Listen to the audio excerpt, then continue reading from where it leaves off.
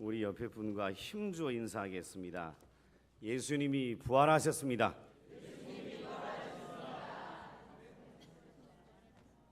예수님이 부활하셨습니다. 예수님은 저와 여러분 하나님의 백성의 죄를 짊어지시고 하나님의 진노를 감당하셨으며 자신의 생명을 우리를 위해 내주셨습니다. 그런데 그것으로 끝이 나신 게 아니고 그 예수님이 오늘 아침에 부활하셨습니다. 예수님의 역사적인 부활은, 이 역사적이란 말을 잘 기억하셔야 합니다. 예수님의 역사적 부활은 기독교 신앙의 가장 위대한 진리입니다. 그분의 부활을 믿지 않는 사람은 그리스도인이 아닙니다. 그분의 부활을 전하지 않는 설교는 설교가 아닙니다. 그리스도의 부활을 진리로 받아들이지 않거나 부인하는 것은 참된 기독교를 파괴하는 것과 같습니다. 그러기에 예수 그리스도의 역사적 부활은 기독교 신앙의 가장 위대한 진리인 것을 오늘 이 예배 나온 우리 평안의 가족들은 또 기억하고 확신 가운데 거하시기를 주의 이름으로 축원을 드립니다. 저는 예수님의 부활과 관련된 몇 가지 이 메시지를 여러분과 나누고 싶습니다. 그 중에 하나가 뭐냐 하면 조금 전에도 말씀드렸지만 주님의 부활은 역사적 사실이다라는 것입니다. 예수님이 죽은 지 오늘 본문에 보면 예수님이 죽은 지 사흘 후 이른 아침에 여인들이 그리스도의 시신이 안치된 무덤으로 조심스럽게 발길을 옮겼습니다. 그들의 마음에는 사흘 전에 돌아가셨던 예수님의 죽음으로 인하여 슬픔으로 가득 차 있었습니다. 그들은 적절한 예우를 갖춰서 사랑하는 예수님의 시신을 모시려고 안치된 무덤으로 가고 있었습니다. 그들이 도착해서 본 예수님의 무덤은 돌이 이미 옮겨져 있었습니다. 무덤이 비어있는 것을 발견하게 됐습니다. 그때 천사가 그들에게 기쁨의 소식을 들려줬습니다. 예수께서 여기 계시지 않고 살아나셨다라는 말씀을 전해줍니다. 여인들은 이 말씀을 듣고 무서움과 두려움으로 그리고 기쁨으로 신속히 무덤을 떠났습니다. 그들은 부지런히 달려가 예수님의 제자들에게 그 소식을 전해줬습니다. 이 여인의 말, 무덤이 비어있다, 예수님이 살아나셨다, 이 여인들의 말을 제자들은 터무니없는 거짓말로 받아들였습니다. 제자들이었는데도 터무니없는 말로 받아들였습니다. 그러던 중에 베드로와 요한은 무덤이 빌 리가 없다, 절대로 그럴 리가 없다라고 생각하고 빈 무덤을 확인하기 위하여 서둘러 두 사람은 달려갑니다. 그런데 그 두 사람도 그 무덤에 도착해서 무덤을 살펴보고 어리둥절해했습니다. 이 베드로와 요한도 아무런 확신을 갖지 못한 채 동료 제자들에게 돌아왔습니다. 그들이 속히 떠나고 난 뒤에 막달라 마리아라는 여인만 그 무덤가에 남아 있었습니다. 막달라 마리아는 그곳에서 부활하신 주님을 최초로 눈으로 목격합니다. 주님은 그에게 믿지 않는 제자들에게 다시 가서 부활의 소식을 알리라고 당부하십니다. 그리고 나서 주님은 무덤에서 돌아오는 여인들에게 두 번째 나타나셨습니다. 그리고 엠마로 향해 가는 글로바와 또 다른 한 제자에게 세 번째로 나타나셨습니다. 또한 예수님은 베드로를 비롯해 다른 여러 제자들에게도 누가복음 24장에 보면 제자들에게 동시에 나타나 보이십니다. 심지어 그분을 믿지 않았던 친형제, 예수님의 친형제 야고보에게도 모습을 보이셨습니다. 야고보는 이 사건을 통해서 사도의 대열에 합류하게 됐고 나중에 예루살렘 교회의 기둥이 되는 걸 볼 수 있습니다. 마지막으로 예수님은 다메섹으로 향하던 만삭되지 못하여 난 자와 같은 사울에게도 모습을 보이셨습니다. 이처럼 성경은 우리 주님이 승천하시기 전에 많은 증인들에게 부활의 모습을 보이셨다라고 증언하고 있습니다. 심지어 고린도전서 15장에 보면 한 번에 500의 형제에게 일시에 보이신지라라고 기록하고 있습니다. 오늘 예배에 나오신 평안의 가족 여러분, 우리는 다시 확신해야 합니다. 주님의 부활은 역사적 사실입니다. 주님의 부활을 목격한 사람이 수백 명에 이른 것을 기억할 수 있습니다. 오늘 이 땅에 많은 사람들이 예수님의 부활을 믿지 않습니다. 그리고 부활을 거짓이라고 얘기하는 사람들이 참 많습니다. 우리는 담대히 얘기합니다. 주님의 부활은 역사적 사실이다. 인류 역사의 가장 위대한 사건이라는 이 사실을 우리는 확신하고 또 다른 사람에게 증거하는 평안의 가족들 되시길 주의 이름으로 축원을 드립니다. 두 번째 여러분과 나누고 싶은 것이 있습니다. 그것은 예수님의 부활은 죽음을 정복했다는 것입니다. 예수님의 부활은 죽음을 정복했다는 것입니다. 부활이라는 단어는 영어로 resurrection이라는 단어를 쓰는데 이 신약 성경에는 이 단어를 헬라어로 아나스타시스라는 단어를 씁니다. 이 단어의 뜻은 죽은 사람이 다시 살아났다라는 것을 가리킵니다. 그런데 저와 여러분이 이 아침에 다시 잘 정리할 것이 있습니다. 예수님의 부활은 단지 죽었다가 다시 살아난 것을 의미하지 않습니다. 무슨 말이냐? 인간 가운데도 죽었다 다시 살아난 사람들이 많이 있습니다. 여러분 주변에는 없는데 그런 사람이 어디 있지? 라고 여러분 생각하실 텐데 성경에는 죽었다 살아난 사람이 한둘이 아닙니다. 구약 성경에 보면 사렙다 과부의 아들이 죽었습니다. 그때 엘리야 선지자가 가서 기도하자 사렙다 과부의 아들이 살아납니다. 죽은 자가 살아났습니다. 또 열왕기의 성경에 보면 수넴 여인의 아들이 죽었습니다. 그때 엘리야의 제자였던 엘리사가 가서 수넴 여인의 아들을 위하여 기도하자 수넴 여인의 아들도 죽었다가 살아났습니다. 이처럼 엘리야와 엘리사 선지자를 통하여 하나님의 능력으로 죽었다가 살아난 자들이 있습니다. 신약 성경에도 죽었다가 살아난 사람들이 여럿 있습니다. 나사로가 죽었다가 살아났습니다. 회당장 야이로의 딸이 죽었다 살아났습니다. 나인성 과부의 아들이 죽었다 살아났습니다. 바울이 설교할 때 유두고라는 사람이 죽었다가 다시 살아났습니다. 이들은 모두가 죽었다가 다시 살아난 사람들입니다. 분명히 죽었다가 살아났습니다. 그런데 문제는 이것입니다. 죽었다 살아난 사람이 성경에 이렇게 많은데 이 사람들은 여전히 죽음을 이기지 못했다라는 것입니다. 그리고 이 사람들은 다시 죽어 무덤에 묻혔습니다. 예수님의 부활이 독특한 이유는 예수님은 죽은 자 가운데 다시 살아나신 뒤에 다시 죽지 않으셨다라는 것입니다. 이 말이 뭘 얘기하냐면 죽음을 정복하셨다 이 말입니다. 죽음을 이기셨다, 무덤을 이기셨다라는 것입니다. 여러분, 이 사실을 믿지 않는 신앙은 신앙이 아닙니다. 예수님은 죽음을 이기셨습니다. 로마서 6장 9절 10절에도 이렇게 말씀합니다. 이는 그리스도께서 죽은 자 가운데서 다시 살아나셨으며 다시 죽지 아니하시고 사망이 다시 그를 주장하지 못할 줄을 알미로다 라고 말씀합니다. 여러분, 예수님의 죽음은 다시 죽는 그 죽음이 아니었습니다. 예수님은 또한 스스로의 권위와 능력으로 다시 살아나셨습니다. 예수님의 부활은 성부, 성자, 성령께서 함께 사역한 사역이시지만 특별히 예수님의 부활은 자기 자신의 사역이기도 합니다.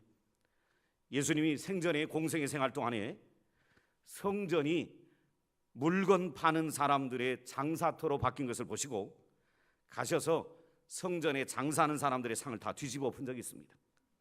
성전을 청결케 하신 사건이 있었는데 이때 사람들이 묻습니다.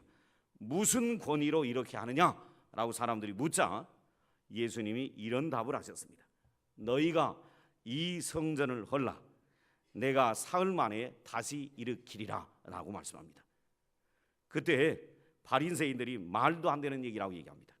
이 성전은 지금 수십 년 동안 지어왔고 아직도 완공되지 않았는데 이 성전을 헐어보라, 그러면 다시 사흘 만에 일으키겠다는 이 말씀을 듣고 바리새인들이 말도 안 되는 얘기라고 했습니다.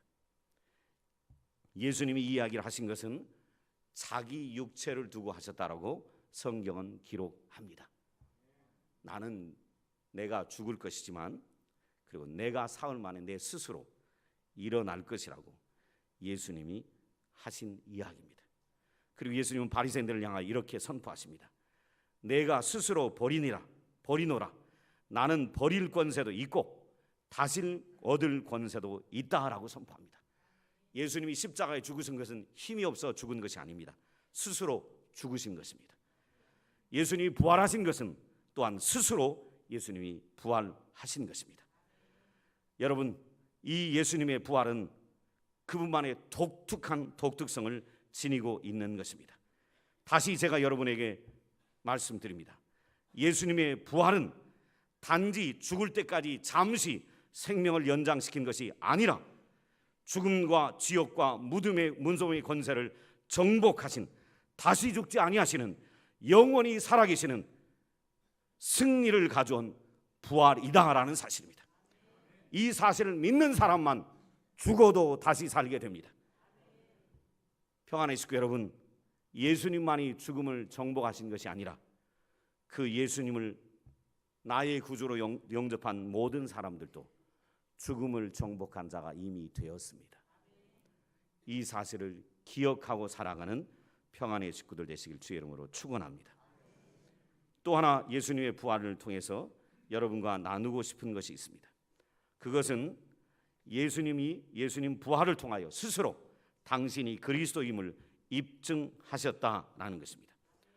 그리스도의 죽으심은 죄를 오래 참으시고 죄인을 의롭게 여기시는 하나님을 불의하다라고 비난하고 그렇게 주장하는 사람들에게 아니다, 나는 불의를 눈 감는 사람이 아니라 불의는 반드시 죄의 대가를 지불하도록 한다 라는 걸 보여주기 위하여 예수님을 십자가에 죽이신 사건이 십자가입니다. 하나님의 의를 입증한 사건이 십자가예요.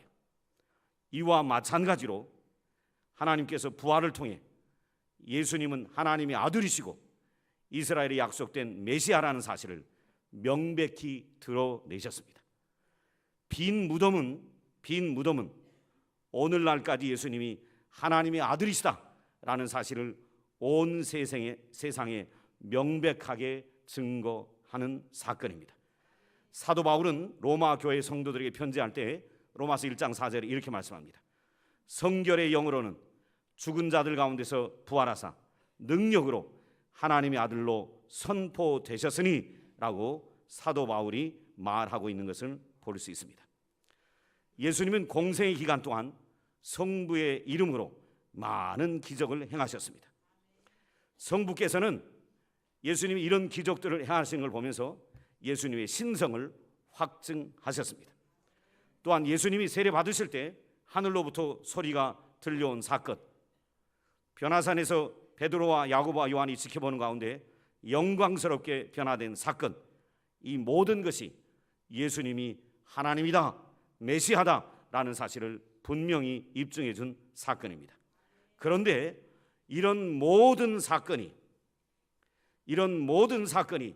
예수님의 신성을 보여준 사건이지만 하나님께서 사랑하는 독생자를 죽은 자 가운데서 다시 살리셔서 그를 일으켜 세우시는 이 사건이야말로 예수님이 진정한 하나님이시고 하나님의 아들이시고 메시아라는 사실을 더더욱 강력하게 드러내 보여주는 사건이라고 얘기할 수 있습니다.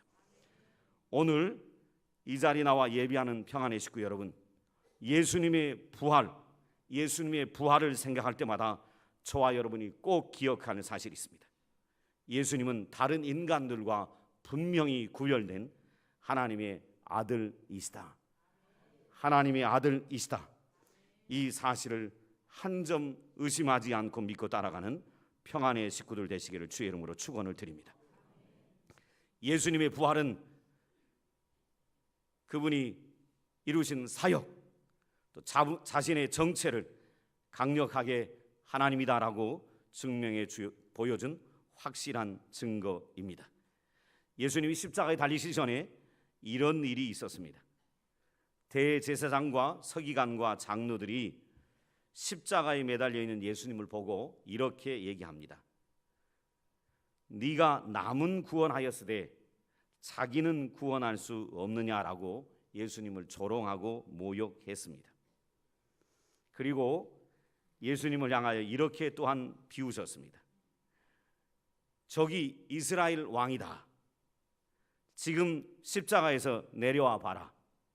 그리하면 우리가 믿겠다라고 예수님을 그 시대의 대제사장, 서기관, 장로 사람들이 예수님을 능욕했습니다. 그런데 말이죠, 그 능욕했던 예수님이 오늘 부활절 아침에 일어나셨습니다. 일어나셔서 스스로 이스라엘의 왕이요 메시아요 하나님이심을 드러내 보여주셨습니다. 그리고요, 그 부활하신 능력을 덧입은 제자들이 말이에요, 사도행전 2장에 보면 부활하신 예수님의 능력을 덧입은 제자들이 이렇게 가서 선포합니다. 그런즉 이스라엘 온 집은 확실히 알지니 너희가 십자가에 못 박은 이 예수를 하나님이 주와 그리스도가 되게 하셨느니라 라고 선언하자 수많은 유대인과 바리새인과 서기관과 장로들이 벌벌 두려워 떨었고, 이 메시지를 전할 때 수많은 사람들이 회개하고 3,000명, 5,000명씩 돌아오는 기적이 일어났던 것을 볼 수 있습니다. 어떻게 예수님의 제자들이 십자가에 달리시기 전에 다 도망갔던 제자들이 어떻게 두려워하지 않고 사람들 앞에 예수님이 살아났다고, 그가 주라고, 그가 그리스도라고 선포할 수 있었을까요? 그 이유는 부활하신 예수님을 제자들이 만났고 그 부활하신 예수님의 능력을 덧입었고, 그러기에 사람들 앞에서 강력하게 담대하게 복음을 선포했고, 그 결과 수천 명들이 회심하고 돌아오는 놀라운 역사가 있었던 것을 성경이 보여주고 있습니다. 저는 다시 여러분에게 도전합니다. 예수님의 부활은 예수님이 하나님의 아들이시고 예수님이 메시아 그리스도임을 확증한 사건이다. 이 사실을 기억하고 사는 성도들 되시기를 주의 이름으로 축원합니다. 마지막으로 한 가지만 더 말씀드리겠습니다. 예수님의 부활은 역사적 사실이라고 말씀하셨습니다. 한 점 의심하지 말아야 합니다. 예수님의 역사적 부활, 실제로 살아났다. 그게 역사적 부활입니다. 이 부활을 믿지 못한 사람은 이 자리에 있어도 신자가 아닙니다. 이 자리에 있어도 구원은 없습니다. 예수님의 십자가와 부활을 믿어야 구원이 있고 영생이 있는 것입니다. 오늘 이 자리에 있는 성도들은 이 사실을 믿기를 주의 이름으로 축원합니다. 두 번째 제가 말씀드렸던 것은 예수님의 부활은 죽음을 정복한 부활이라는 것입니다. 예수님의 부활이 죽음을 정복했다는 사실을 믿는 자만이 우리도 죽음을 정복하고 영생을 얻게 되는 것입니다. 세 번째 여러분과 나눴던 것은 예수님의 부활은 예수님이 하나님의 아들이시고 하나님이시고 그가 메시아임을 확증한 사건이다 라는 사실을 말씀드렸습니다. 평안의 식구 여러분, 기억하셔야 합니다. 예수님의 부활을 생각할 때마다 예수님이 하나님이고 하나님의 아들 되심을 한 점 의심하지 않는 성도들 되길 주의 이름으로 축원합니다. 마지막입니다. 마지막은 이겁니다. 예수님의 부활이요 우리의 믿음을 확증해 줍니다. 예수님의 부활이 우리의 믿음을 확증해 줍니다. 여인들이 찾아갔던 예수님의 무덤은 빈 무덤이었다라고 말씀드렸습니다. 이 빈 무덤은 예수님이 부활하셔서 하나님의 아들이셨다라는 걸 스스로 입증했다는 말씀을 이미 드렸습니다. 그런데 또한 이 예수님의 부활이 그리스도인의 믿음을 확증해 줍니다. 무슨 얘기냐면 이겁니다. 하나님이 그리스도를 죽은 자 가운데서 살리신 것은 예수님이 하셨던 속죄 사역, 우리 죄를 짊어지고 십자가에 대신 죽어주신 예수님이 우리 대신 죄값을 치러주신 이것을 하나님이 받아들이셨다라는 표가 예수님을 죽은 자 가운데서 살리신 부활의 의미입니다.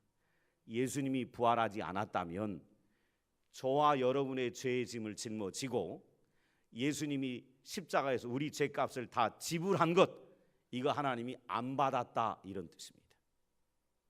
여러분, 갑자기 생각이 났는데 이 컵 안 덜칠 테니까 놀라지 말아요. 여러분, 이 컵을 제가 삽니다. 이 컵을 제가 사면서 지갑이 없으니까 대신 돈을 이걸로 주면 이게 돈입니다. 이 컵을 사면서 돈을 대신 지불합니다. 제가 손으로 이걸 샀어요. 백화점 가서 샀어요. 돈, 그리고 점원한테 줬습니다.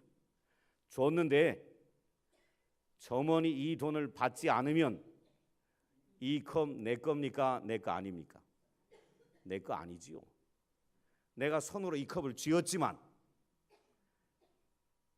돈을 지불했을 때 이 돈을 점원이 받지 않으면 이 컵은 제 것이 아닙니다. 점원이 받지 않아서 제 것이 아니에요. 예수님이 저와 제 짐을 짊어지고 십자가에서 죽어 주셨어요. 제 값을 다 지불했어요. 그런데 그 하나님이 그걸 받지 않으면